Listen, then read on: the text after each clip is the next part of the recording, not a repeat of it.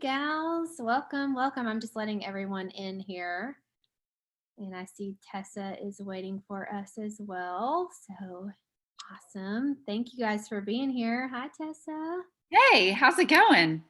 It's fine. How are you? Good. Are you off Great. going to work or coming home from work? Well, it's interesting. I was on my way to work and I was like, I've got too much to do.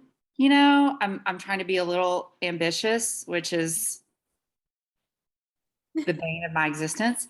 Yeah. So, and then I got caught on the phone. And so I was like, I'm just going home because I'm traveling tomorrow. So I'm like, I just got to go home and do some stuff. So, I hear you. It's a busy week for us too. So, all mhm. right. I won't keep you guys waiting too long. And I know Tessa, as you said, you're busy, so I don't want to keep you.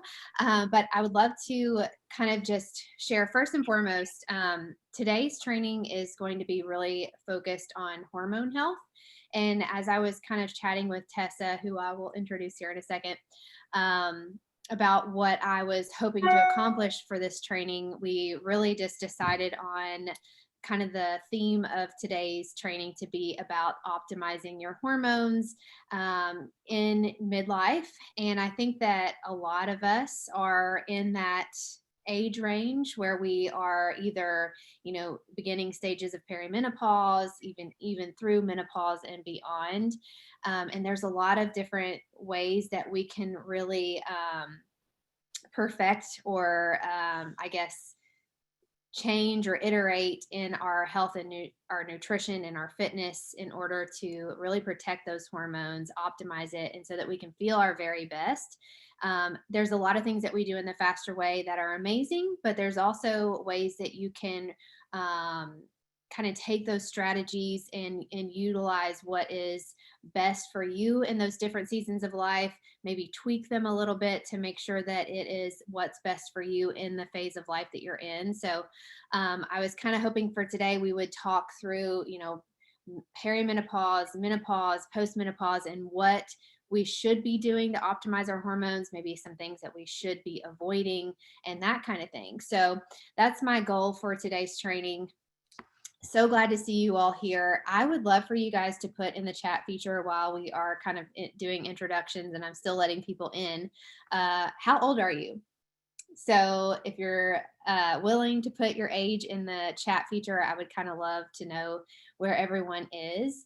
And the interesting thing is I posted the other day on my stories that perimenopause really kind of starts around the age of 35 and majority of people were like, what? And I don't know about you guys, but I still feel like I'm like 22 over here and I'm 36 and I hear that word just sounds ancient to me. Perimenopause, like what? But that's where we are. So I think it's a good thing to really be maybe getting ahead of the game or just have a really good foundation and understanding of what hormones do and how they impact our health and how our decisions around nutrition and fitness can impact our hormones as well. Okay, so all right, so we've got a good range here from 35 to 55, 56, 66. Amazing. This is the perfect group. All right. I am recording this for everybody who needs to watch the replay or would like to if you have to hop off at any point. Okay, so let's get started. Let me first let Miss Tessa Guevara introduce herself. Tessa and I have been friends for several years now because of the Faster Way, so I'm very thankful for that. And she has been in our group several times, actually. If you've caught her past trainings, they have always been a huge success, huge hit, Tessa. So thank you for coming back and chatting with us about hormones. I will let you kind of introduce yourself to the group so they know who you are, what you're about, what you do, and how maybe we can, get in contact with you or follow you for more information following our training today. Awesome. Thank you, Lauren, for having me. So I just want to let you guys know that how much I absolutely adore Lauren and I know that y'all already know it, but from the outside looking in, I know that y'all are in completely good hands with this wonderful woman. Like I just you. adore you, and so glad that the faster way has brought, has made our paths cross. So um I got involved with the faster way many years ago, I think in 2017, and it was something that really sort of changed my life for the better. I was definitely at that stage in time in my life, I was coming off, one of those, box, superfood, we're going to make you lose a lot of weight really, really fast. I was coming off of one of those and wanting to find, a more nutrition based program that I thought was going to be, healthier for me. And little did I know that, I was going to be able to carry those nutrition strategies with me, not only to 2017 and beyond, but also in 2019, whenever I was diagnosed with HER2 positive, estrogen positive breast cancer.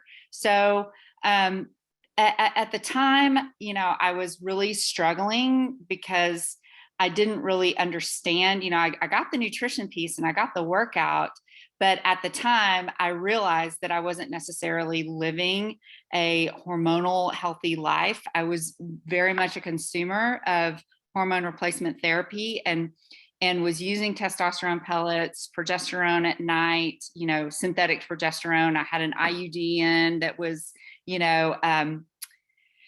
that was hormone, that had hormones in it. So little did I know that, I was thinking that at the time that I was doing exactly what I needed to help my body transition, that with all this hormonal fluctuation, I really thought I was getting ahead of it. Right. And I was using everything at my fingertips to help my body do that when actually I was destroying it and had no idea. And, using synthetic hormones, I think, and using testosterone pellets helped me to maintain a schedule that was, making me more hormonally unhealthy. And I was just masking it by the use of all these exogenous hormones. So once I was diagnosed, I really had to face the fact that, I wasn't necessarily doing what was right. I was taking the faster way, and instead of just sticking with that and using the strategies that we do in the faster way and using those in food and lifestyle and all of that, I was using something exogenous. And, that wasn't really true health. And so I really had to come to the fact that what I thought was healthy was not really. And, it's taking me years to forgive myself. It's taking me years of, since my diagnosis to really know and understand. And so what I'm all about now is helping women to realize truly how to take care of our bodies. We weren't really taught this. We were driven by, do everything like a superwoman would do. You've got to do better, be better, do more, to get the same in this world. And I think that's sort of driven us all down a path that's not necessarily healthy. And what I mean by that is that it's taught us to detach and really to detach from our bodies and understand what it's telling us whenever we are having hormonal issues. And so that's really what I'm all about. I'm really about, helping women to reconnect to themselves and reconnecting to their bodies and understanding what, your body is trying to tell you in the midst of trying to keep up and do all of the things and never ask for help so we can appear like some sort of martyr savior where really we need to back up and understand that we are hormonal beings. Our hormones fluctuate every month, and it does that for a significant amount of our lifetime. So we are actually built for hormonal fluctuation, and we have to really understand that the decisions that we make around our lifestyle and the decisions that we make around our food really impact, our body's ability to withstand those fluctuations. So that's kind of what I do now. I'm a part-time, nutritional therapist. I got my certification the same month that I was diagnosed. with breast cancer, which is really ironic. And looking back on it, but, nutrition really helped me, and, the faster way really helped me to sort of, handle the chemo and the surgery and all of that. It's only whenever I started having to take estrogen blockers that body composition really started to change. And that's when I got really interested in, hormones and hormonal change and trying to achieve body composition. Whenever you are either thrust into menopause, whether you are in perimenopause, because the game changes and we need to understand a little bit more about that. So not only are you a functional nutritionist, you also, your day job, I guess you would say. Tell us a little bit about that. Oh yeah, I'm in anesthesia. I'm a CRNA. There again, I've always kind of been really focused on, being a high achieving woman. I can't really be, anyone else.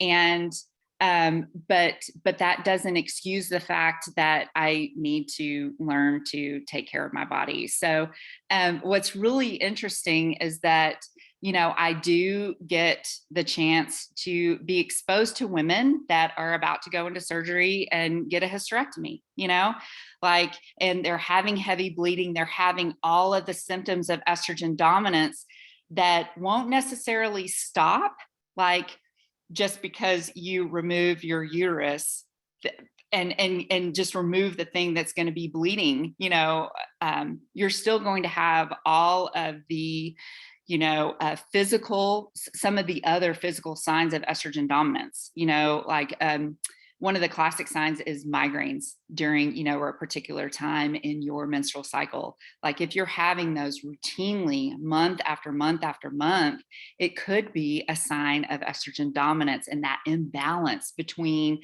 estrogen and progesterone in your body. And that's very much a function of, could be a function of too much stress in your life. It could be, I'm always talking about 3 things when it comes to estrogen dominance and how we sort of get imbalanced. It's very easy. We can age into it. Any woman over the age of 35 will produce less progesterone year after year until the age of menopause. So we just naturally, by design, can become estrogen dominant just by aging into it. We can also become estrogen dominant by not, moving or eating the right foods to help our bodies actually detox and get the estrogen out. We should be, an everyday pooper or an every other day pooper, because that's the way that our body actually gets rid of, hormones out of our body. And it could be, you could have a gut issue. There's actually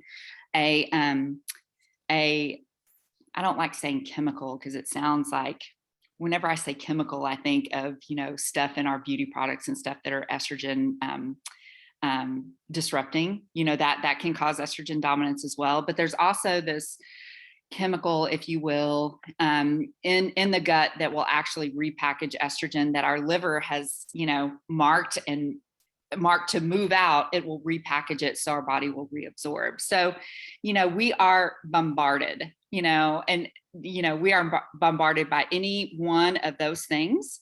And then, the estrogen, the xenoestrogens within our environment and things like that can really cause that estrogen dominance. So, one of the things that is classic to that scenario with a woman is heavy periods. You don't have that progesterone. So, we can do things. I do things with women all the time to help them, recognize stress, help them mitigate stress, help them get better sleep, help them eat right, exercise right.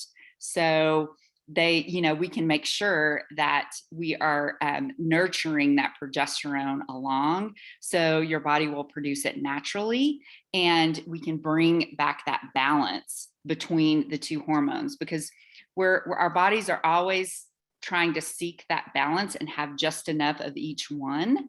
So we're not having, horrible symptoms, horrible premenstrual symptoms and stuff like that, because you know, and I've said this before in trainings with this group, that, you know, I don't believe that God really made our bodies to be miserable month to month when we're fluctuating, you know, and all of these premenopausal symptoms from a naturopath perspective is all about, you know, food choices, lifestyle, and, you know, the way that we are nurturing our body with supplements if we're using those. So long story short, you know, a lot of the symptoms that we're experiencing, you know, we can trace it back to, you know, a decision that we're making, and you know, just helping you kind of change those can make a huge impact on Yeah. hormones. So talk about changes or dietary things that we can do. Even maybe let's discuss fasting. I know that you have talked a lot about stress and sleep already, and how that can, you know, obviously that's a huge impact, that has a huge impact on your hormones and even on your ability to, you know, lose weight or see the body composition changes that you want.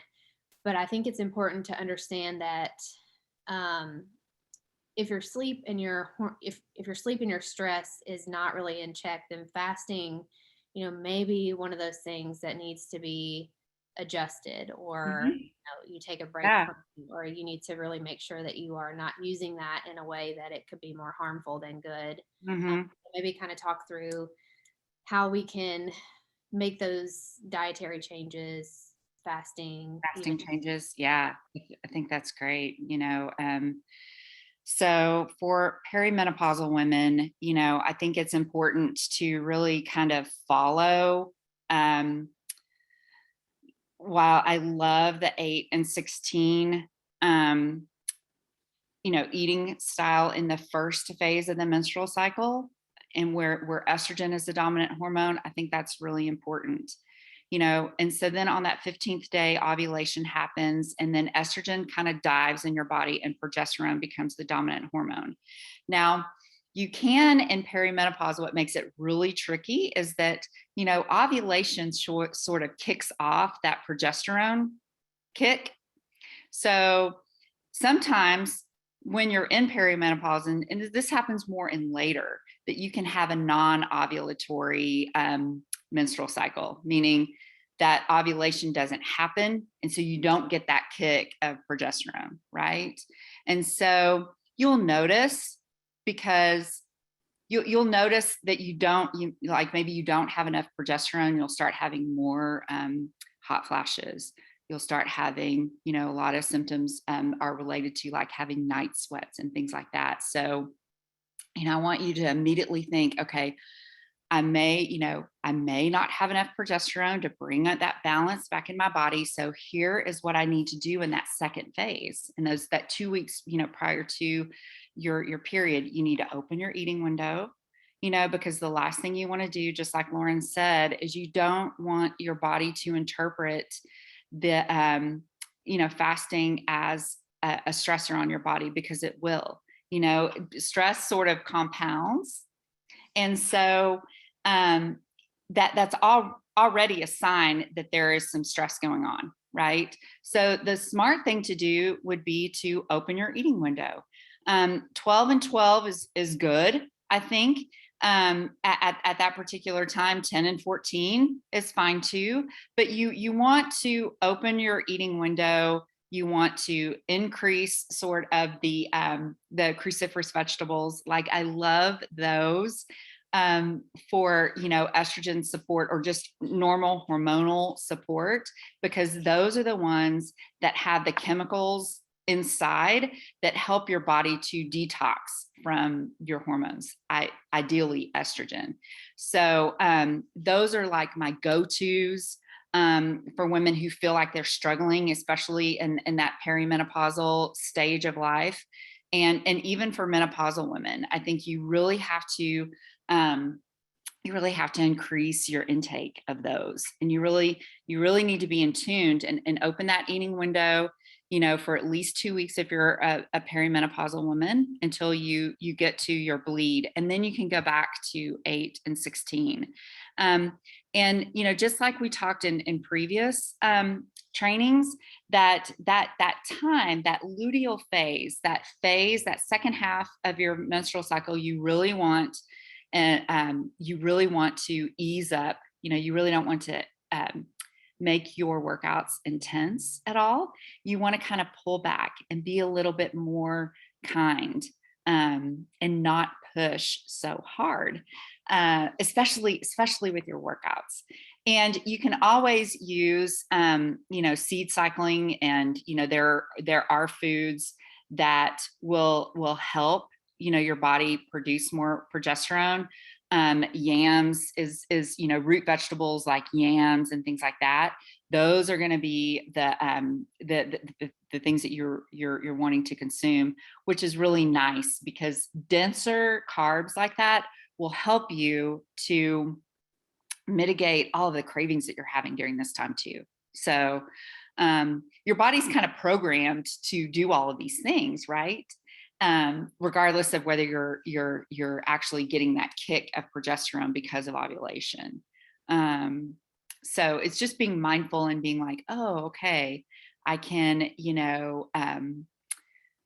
I can use food, and I can use my lifestyle to help, mitigate those stressors. That's like the first line. Don't go out and get the progesterone tablet to take. Those are the things that you need to be thinking about alongside maybe using exogenous things like that. Awesome. What do you think about like carb sensitivity as you age? I feel like 40 and up, it's just like we don't handle them so well. So Nope. how do you make changes in, even your macros? What should we be focusing on? What types of carbs should we be increasing, decreasing? Yes. So as a general rule, I want you guys to be thinking, it's so muddy. Like, we can totally get into the weeds whenever we're talking about estrogen and estrogen fluctuations. What are the symptoms? Because, the symptoms of low estrogen and high estrogen are the same. That's what makes it so confusing, and makes it difficult to just go by symptom alone, right?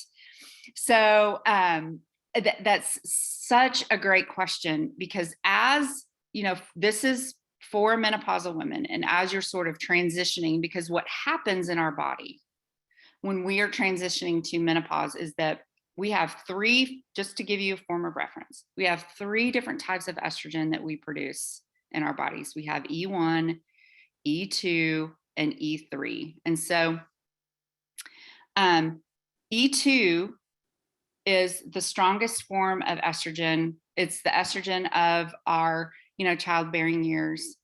It is very therapeutic to our bones, brains, and our cardiovascular system.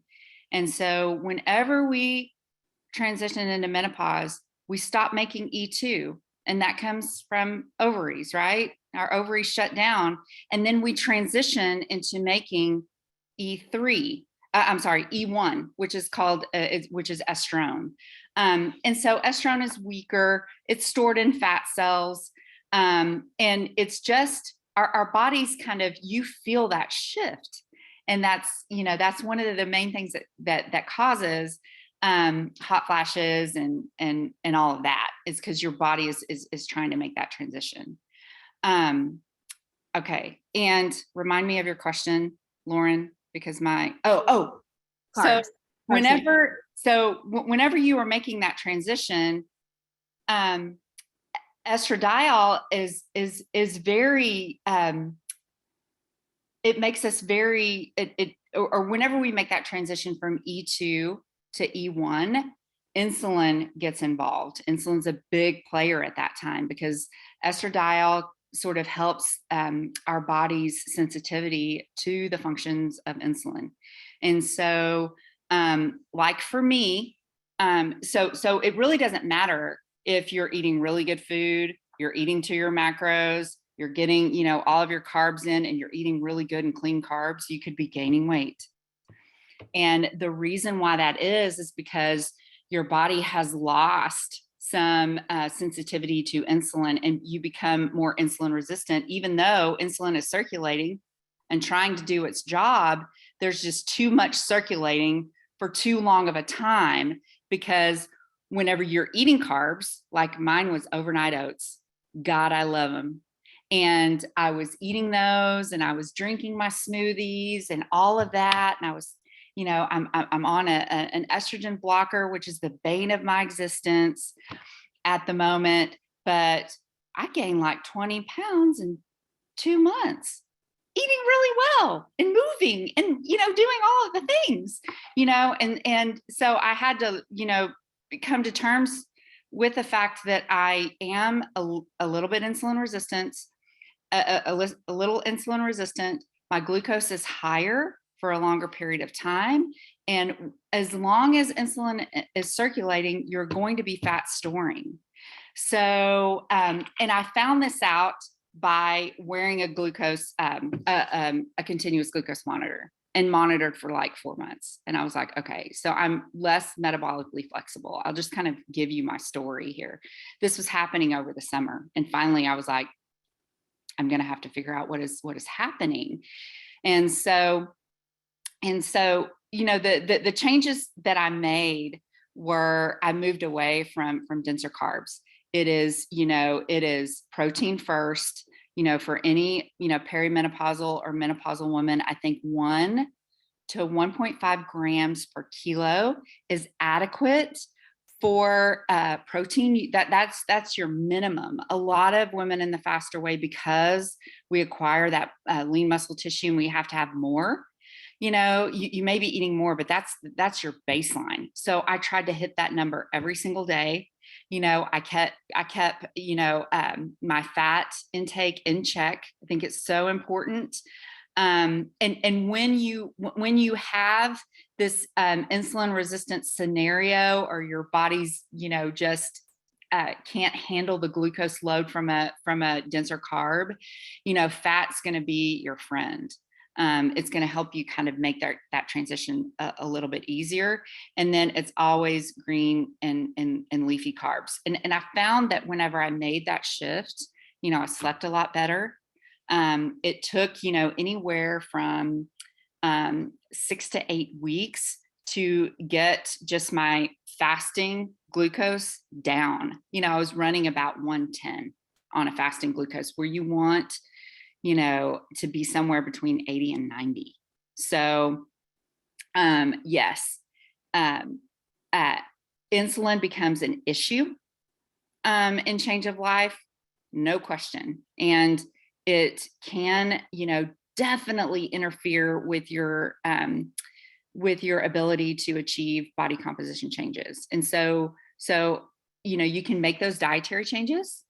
You're definitely going to be lower in your carbs, but your goal is always is to feel like you are 80 to 90% full when you're done eating every single day. So that if you're short on your carbs, then that's, you know, you don't need to go and, like, you know, stuff yourself with bananas or anything, right? You know, things, you know, everything we do in the faster way is very conducive to overcoming insulin resistance, like fasting, weight training, walking, you know, really mitigating stress will help with the sleep piece, because, you know, circadian rhythms can get all kinds of crazy. And that's a whole nother topic that I'm not going to get into at this point of the conversation. But, you know, having glucose issues and or insulin issues in midlife can cause that whole wake up in the middle of the night thing that we all experience. And that could be, it could be from, you know, not enough progesterone, progesterone imbalance, or it could be your glucose going too low in the middle of the night. And what will happen, your body doesn't know that it's the middle of the night, but it knows that your glucose is 30. right? And so it will release cortisol, because one of the functions of cortisol is not just to store fat around your midsection, it's to increase your blood sugar. And so it will fire, and then you'll wake up. It's almost like you sit up and you're like, your heart's pounding and you're like, okay, did I miss my alarm, or is it the middle of the night? I think we can all resonate with that. Like, who hasn't that happened to on the call? And so I got real curious, because I was like, I wonder, I can't, is it the fact that I'm hormonally imbalanced, or is it a blood sugar issue? And that's what it turned out to be for me. It doesn't mean that sometimes I'll wake up in the middle of the night, but I'll go right back to sleep, but it was definitely like, I could see it on the monitor. It would go down and then come right back up. And it was the same time I was waking up. So the struggle is real. And so interesting. There's so much more to it than we were ever explained. Yeah. Right. So the glucose monitor that you used, can you tell us which one it is? I used the NutriSense CGM. I was very against it because of the cost. It's not cheap to do. I did have a coupon. Sometimes you can find someone who has a coupon code. You can get like $20 off the first month. But it is by far and away one of the best things I've ever done to really understand what is happening to my body in midlife. It really helped me to sort of put the pieces together. What's really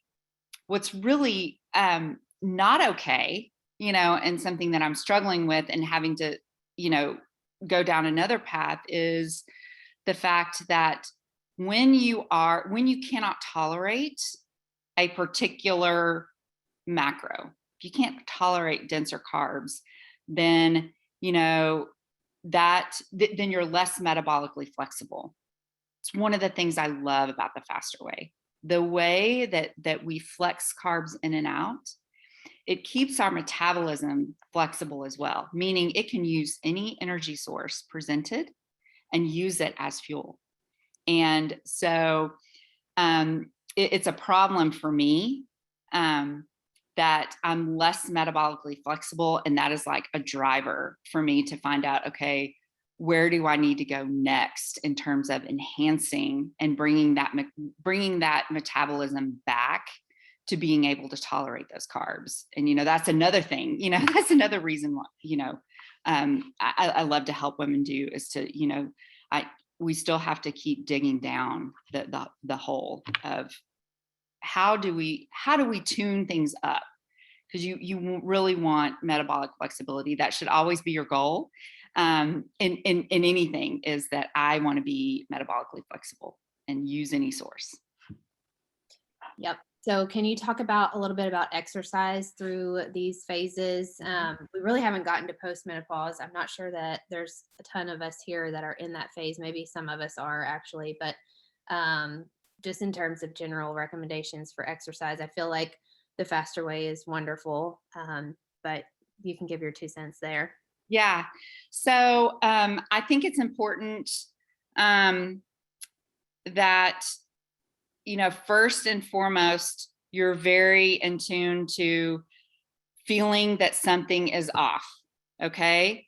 I want you to understand, because there again, you'll go to the doctor, you'll be like, something is wrong, I'm not feeling right, because we feel it. We know it. And so I want you to be confident in knowing your body.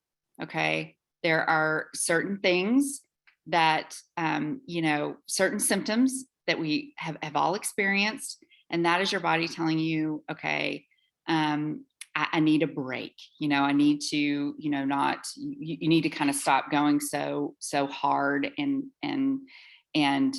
pushing. And so with that in mind, I think, for the perimenopausal woman, I think that the way that the faster way is laid out, I think it's, great. I love that they incorporate HIIT. I think it's fabulous that they do that. I love that they incorporate it with the low carb days. Okay. But, I'm always mindful whenever I'm talking in these groups that I'm talking to people that live the faster way, right? They're not like a new client. And so, you may have to, increase your net carbs to be able to tolerate that schedule. And that is okay. Like for me, I don't necessarily do like a low carb HIIT combination anymore. But, when I was tracking, I was somewhere around 100 to 110 net carbs. And that kept me happy, not biting anyone's head off, not, sleeping well at night. Like carbs are the feel good macro. And, they make you feel good and have a good mood and all of that. So if you really feel drained on those days and you are, you get done with your workout and you just want to go lay back down, that is a sign that you need to sort of back off. And so you really need to sort of be monitoring your intensity with your workouts. I think strength training is so wonderful, so key. Like we should have been doing this, in our 20s, because that keeps you, that keeps your, basal metabolic rate higher. You're able to eat more and get the body composition changes that you want. But it also like battles some of the hormone issues that causes problems. Like I was just talking about insulin resistance. So having, lean muscle tissue helps in that state. And so I really think that, all in, that the faster way does a really good job with the workouts. I love that there's rest days in between. But it's those HIIT workouts that you really have to be mindful if your body is giving you the symptoms of hormonal problems, so you can back off and like work out with the people in the back like I do. And as a menopausal woman, I would say that strength training is king, and you really want to be moving your body every single day. And that's something that, I'm having to learn, that, whenever you are experiencing symptoms of low estrogen, you don't really feel like doing anything. Your joints hurt, you just don't feel like doing a thing. And so it becomes a challenge. But, strength training is so good for menopause and most postmenopausal women. And, incorporating cardio is great too. And by cardio, I don't mean going out and running 3 miles. I think for a perimenopausal woman, if she wants to do that and she feels good and not having a hormonal issue, signs of hormonal problems, then that would be great. But even like going for a walk or getting on a treadmill on an incline, is enough. Cardio going to my latest thing is going to a Pilates like cardio class where my heart rate doesn't get up, but I'm jumping on this thing, and so you really want to, stay with anything that is weight bearing. So important. Free weights is ideal, so you want to be, keeping those things in and advancing as you can and feel well enough to do. Yeah, I love that. So we, talk about this all the time, but just to reiterate, we have to be eating to our protein needs. And you've mentioned that. And then we pair that with strength training. And especially as we age, that is so important in not only helping with the hormonal fluctuations, but also like as we age, we need our bodies to be strong so that we can do everything that we want to do and continue to do that. As we age, we lose that muscle tone, and so we have to combat that. But it also helps as we get into these, menopause and beyond, where we have a lot of things playing against us. I feel like being able to have that higher metabolic rate is always going to be more advantageous. And the only way to do that is to make sure you're eating enough protein, Mm-hmm. sure that you are strength training in order for you to have more muscle mass on your body, because the more muscle mass you have on your body, the higher you set, your BMR is going to be higher. So you sit and you are burning more calories, as opposed to a person who only does cardio, who doesn't have a ton of muscle mass on their body. They're not going to burn as many calories at Yes. rest. So, Mm-hmm. Yeah. Yeah. Okay. Let's see. Felisa has a question. So for postmenopausal, we are metabolically compromised. You advise us to eat more leafy green vegetables to help break through, question mark. I feel great with the food choices I have to choose from, but the actual weight loss is extremely slow. Yeah, that's exactly. So the good news is that we don't have a period in menopause or, postmenopausal. The bad news is that we cannot change body composition as fast as we could in our childbearing years. So it is a bit of a slower go. And so the expectation needs to change, unfortunately, and there's nothing really that you can do necessarily to speed that up. Unfortunately, it's more of you have to think of the long game. And that's a really great question. And I'm so glad, Felisa, that you asked that, because I think that's a really important concept to know and understand, and to manage that expectation. If you are a postmenopausal woman, because things will change, body composition will change. It's just much, much slower. And, again, don't discount because the effects of, stress and cortisol, and, cortisol attacking, your midsection is still very, very much in play. So, in terms of fasting for a menopause or postmenopausal women, I think it's really good. And a lot of studies have been or a lot of books that I've read have talked about sort of oscillating it, like do an 8 and 16 one day. I mean, that's your push, and then open up the rest of the week. And then maybe, Friday before the weekend, you throw in another 8 and 16. And when I say open up, 12 and 12 is great. Or 10 and 14, so you really kind of want to isolate or oscillate your fasting schedule, and not try to be so stringent with it. That's for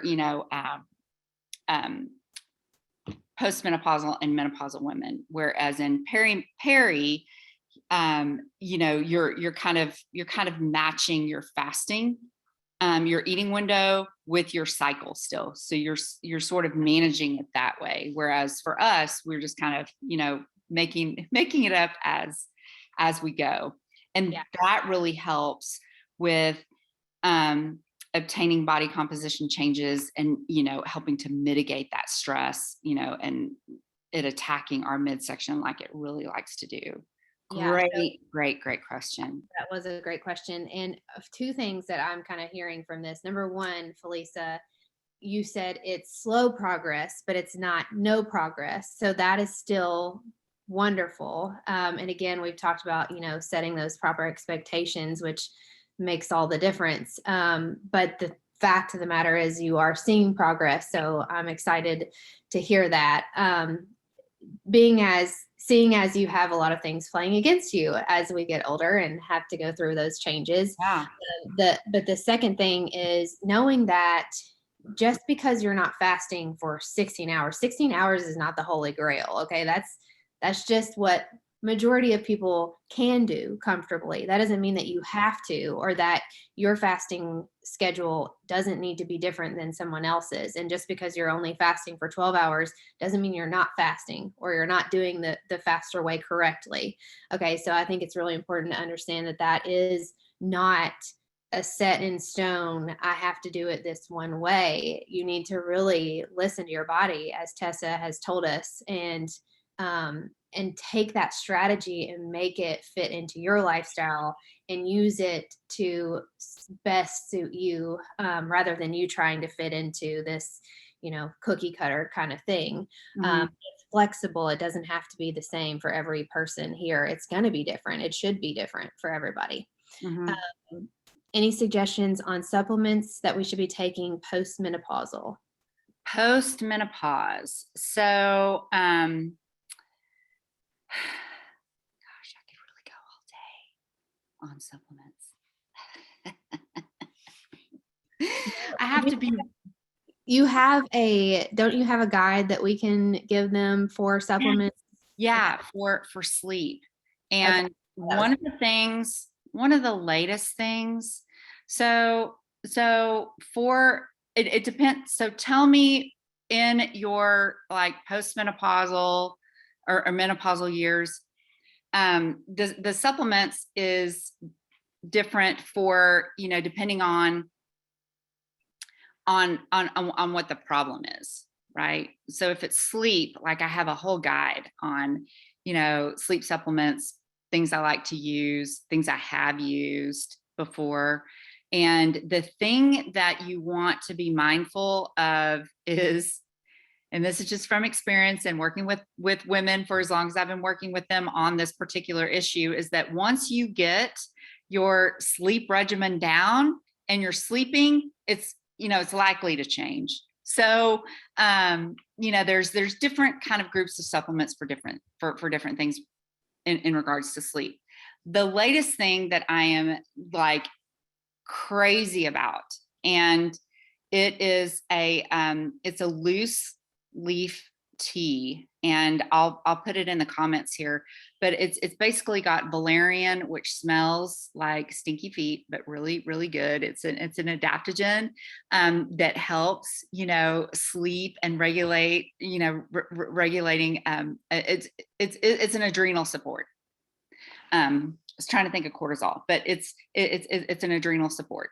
And lemon balm, valerian, it's got hops in it. But if you get it, you're just gonna laugh, because when you open the bag, it smells like stinky feet. But I'm so in love with that tea, and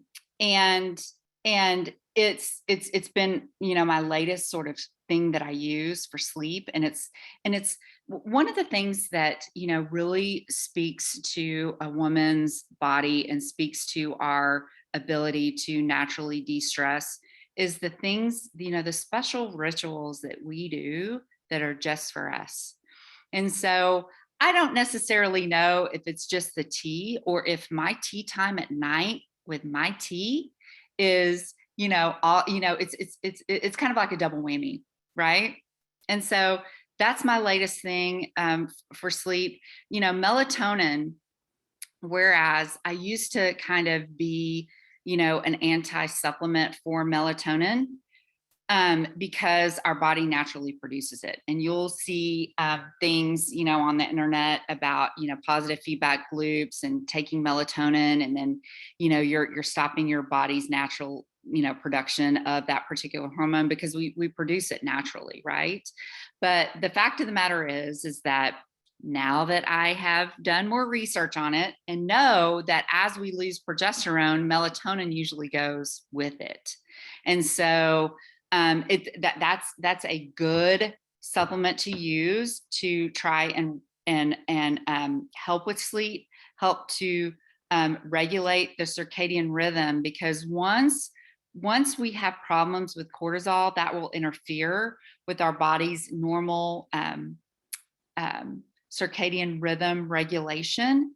And so you have to, I've been on this kick about learning more about using fasting to reset your circadian rhythm, and using melatonin as a short term to kind of help your body remember that what is my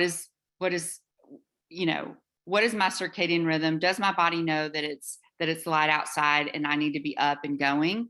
So you can use fasting to do that, and melatonin's a really good, and it's a major antioxidant in our bodies. So breast cancer survivors like me can never get too much of that. So, and studies have shown that it's helped with the antioxidant effect for a woman's body. So now, I am a huge proponent of using melatonin for sleep. Long story short, there is other adaptogens and adaptogen blends that you can use to sort of help with that cortisol regulation and to try to get your sleep, more improved. But for menopause specifically, one of my, while I can't use any like estrogen, I can't use any estrogen supplement. Like I can't supplement that hormone in my body. My oncologist will not let me do that, unfortunately. But what I do use is, I have a very, a very natural, like it's made from sweet yams, like a progesterone cream that I will use whenever I know that I'm stressed. My body is giving me signs, either I'm physically, really outdoing myself like I was a couple of weeks ago. And so I will use that, very sparingly, just because I didn't have a progesterone positive cancer. And, I know that I'm trying to constantly balance the effect. And, when hot flashes show up, then I know that I need a little more support. And so I'll use that at night before I go to bed. And that really kind of helps and enhances my sleep experience. There's things like pharma-GABA that are short acting, that are helpful, for the wind down, like you're winding down and you just need your body, you just need your mind to relax. L-theanine is a great supplement as well. It helps our bodies to mitigate stress. L-theanine is a compound that's found in green tea, so there's supplements out there that you can just buy off the shelf. Another one that I like is mag L-theanate. That is a magnesium that crosses the blood-brain barrier. And it's almost, to me, it feels like having a glass of wine at dinner without, the toxic effect and of wine. I really hate telling a group of women who love their glass of wine, but wine is a toxin in your body. Your body will stop all functions to rid the body of said toxin, whatever it is. Alcohol just happens to be one of them, right? And so fat burning stops, nothing can stop body composition change like alcohol, right? And what's crazy is that, I do a lot of research on, what is the cause of breast cancer in women? And, there's all this focus that we're all hyper focused on using exogenous hormones, when alcohol has the same, there's a definite cause and effect, and there's more risk in drinking alcohol than it is using, hormones in terms of breast cancer. But I digress. But here's the thing is that, alcohol can interfere with body composition change. And so when I found, not that I was drinking at the time, but when I started using mag L-theanate or theorate, however you pronounce it, that's it, the effect was the same. I was like, oh, I feel like I have a glass of wine. You just feel kind of like really mellow, and I have it at dinner, and it's just, that's like one of my favorites as of late. But yeah, I don't know if I answered your question, because I just kind of went down a sleep thing. You did. That was good. I think everybody was wanting to hear, what your supplement recommendations are. Yeah. Let's see. There was a question: what concerns, if any, does low estrogen therapy, 45 premarin, how are you supposed to say that, have regarding impacting estrogen dominance or insulin?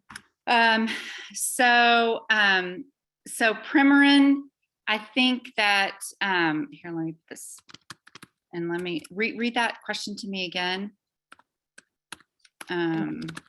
What concerns, if any, does low estrogen therapy, so Premarin, have regarding impacting estrogen dominance or insulin?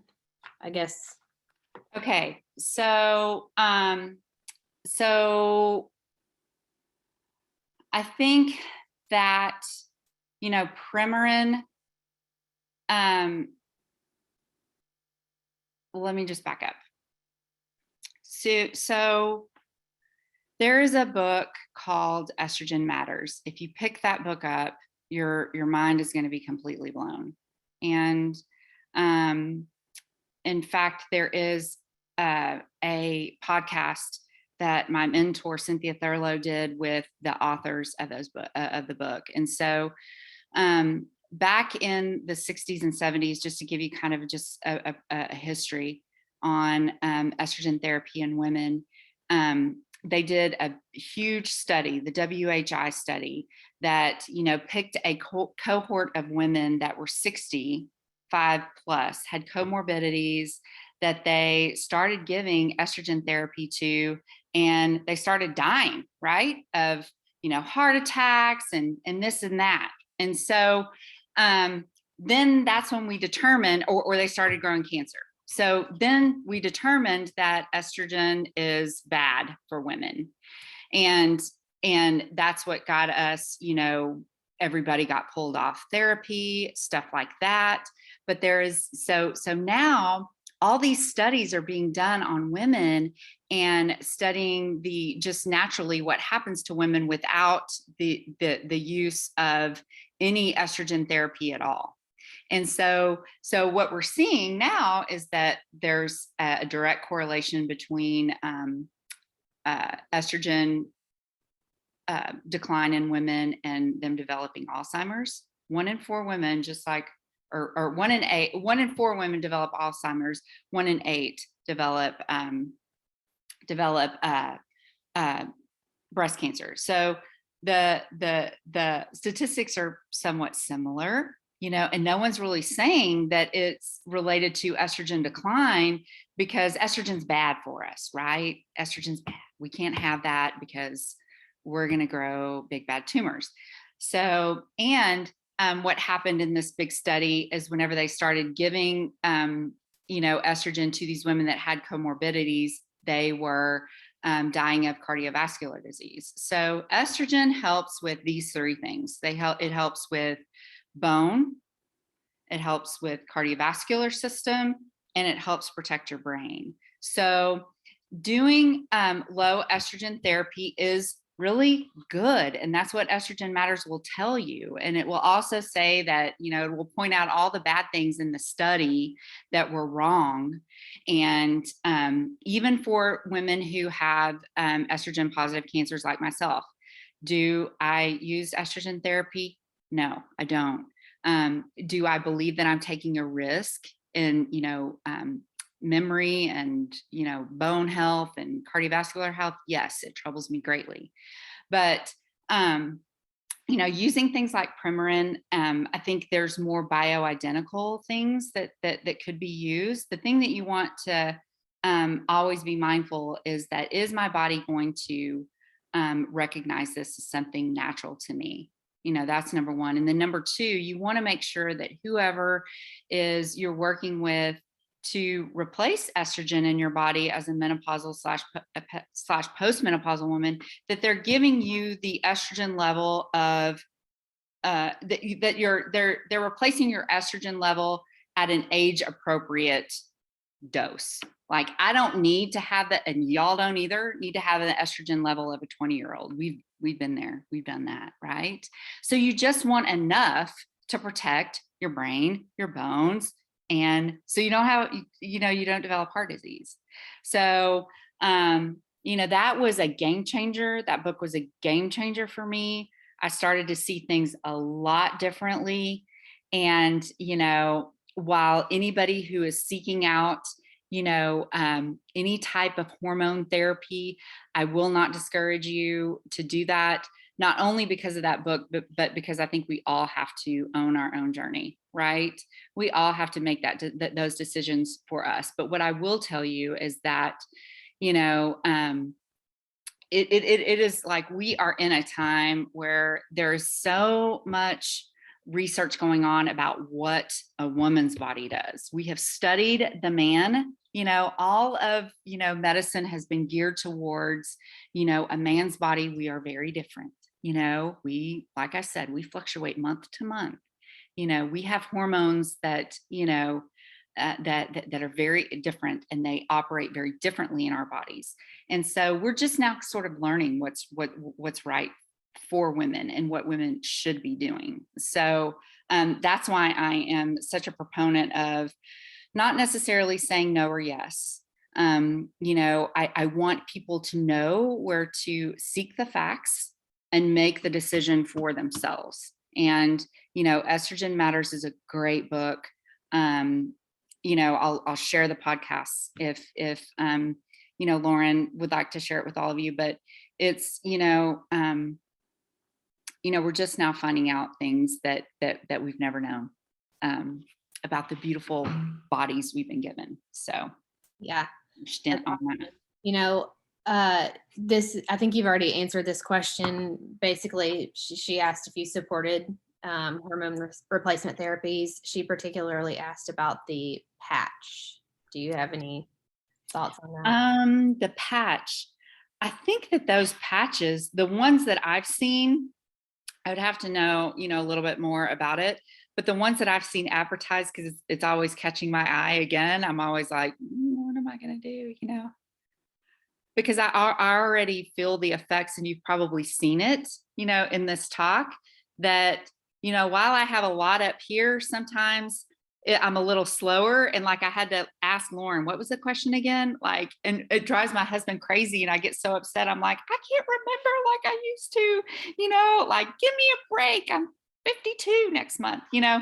So, but the ones that I've seen that are patches are very like bioidentical. Like, I think I even clicked on it and started looking. You know, I'd have to know a little bit more about the patch. The goal is you want, you know, anything that says plant-based, bioidentical, you know, is, you know, definitely the realm that you want to stay in. There was another book that I read, and it sort of changed my mind too. And it's from an author, an Australian author who, you know, is a fabulous researcher. But, you know, when talking about owning your own story, that's the fine line that I like to walk too.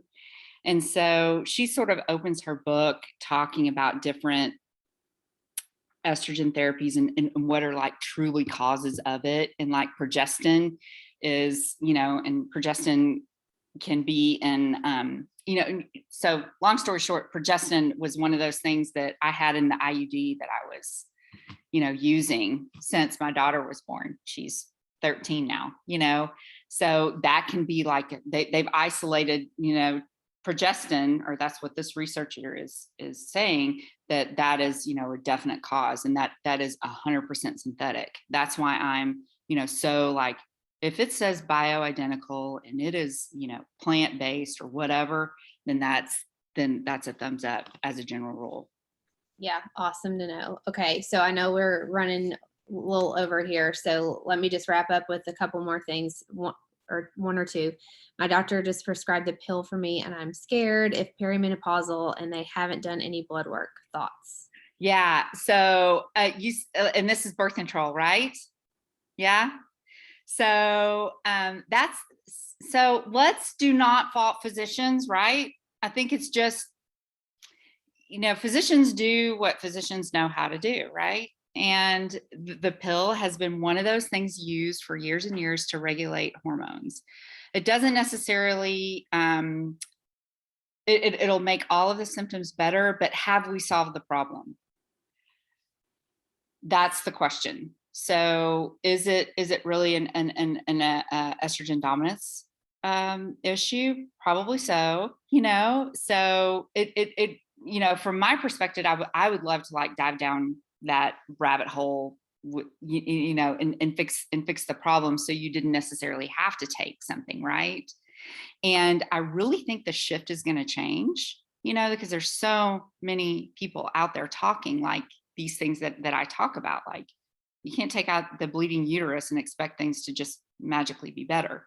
There's a driver, there's a root cause to that issue. And so the same with, I'm just pulling it out and assuming that, pill to regulate cycles, to regulate hormones, which, you can do that naturally with food too. It's just a matter of figuring out what the problem is and, spending the time. It's much easier to do it with a pill, because whenever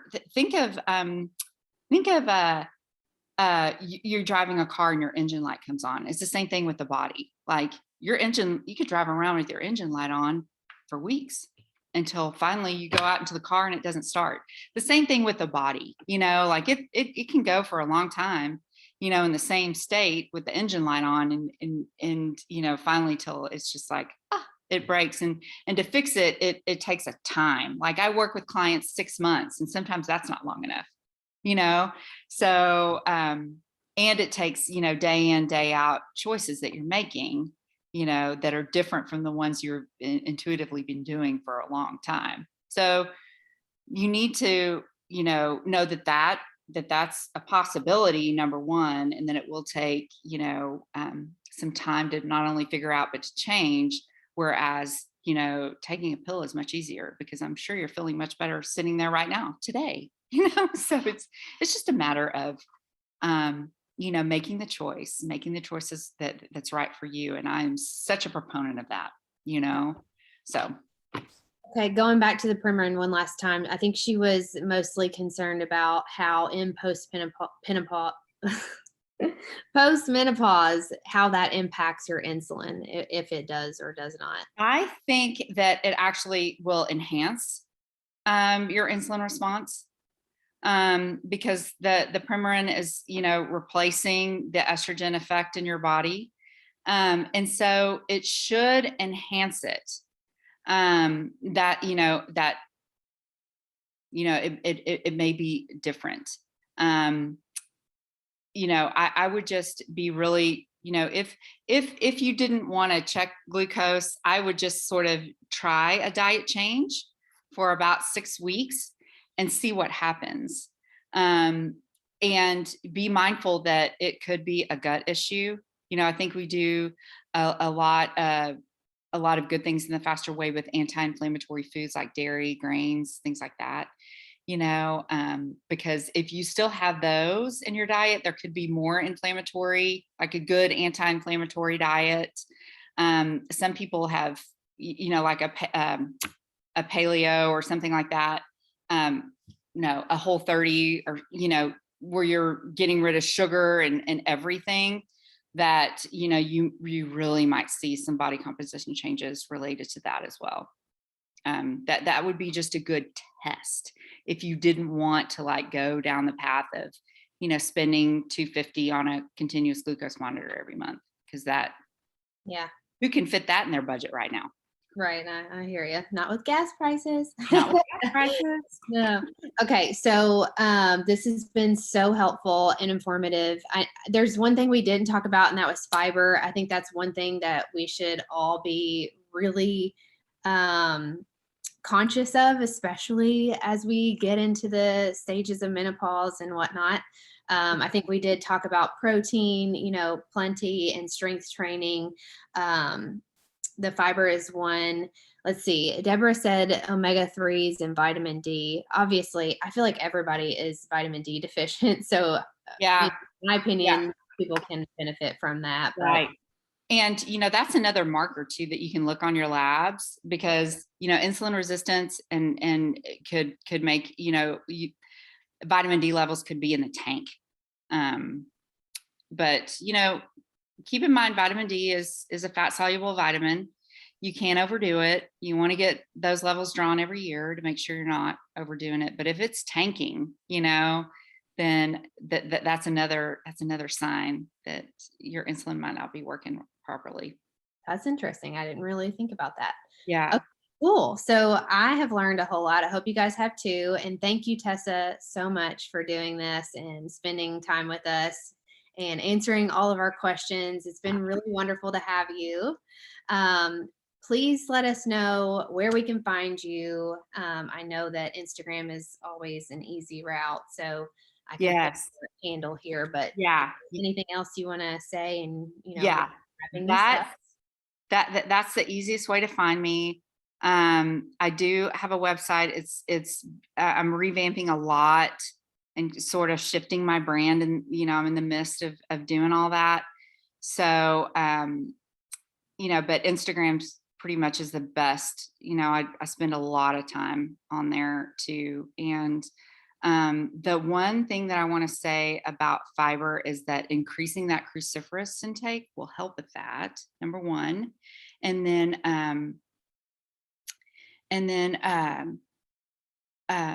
using like a pre like a probiotic, a good probiotic fiber, like paleo fiber, Designs for Health paleo fiber is a really good one. I'll make sure and I get the name right so you can put it in the replay when you post it.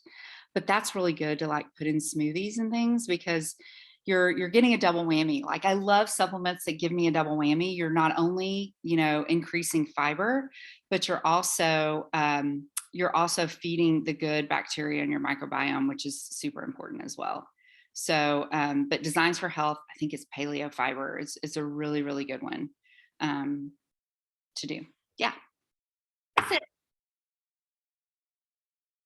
I know this was very helpful, so I appreciate your time, and I just Yeah. your face today. So I Great. will get the replay posted and share some of the, let's see, I need to make sure I have all of the supplement recommendations written down because I'm sure you guys will want those. But if you have any other questions for Tessa, I know she would be happy to chat with you guys more one-on-one through Instagram. And you could potentially work with Tessa to work through some of these issues if you're having them in particular with hormones. So anyways, yeah, I guess that's it. And I hope you guys have a great rest of your day. Thank you again so much for being here. All right. Bye, you guys. Yeah.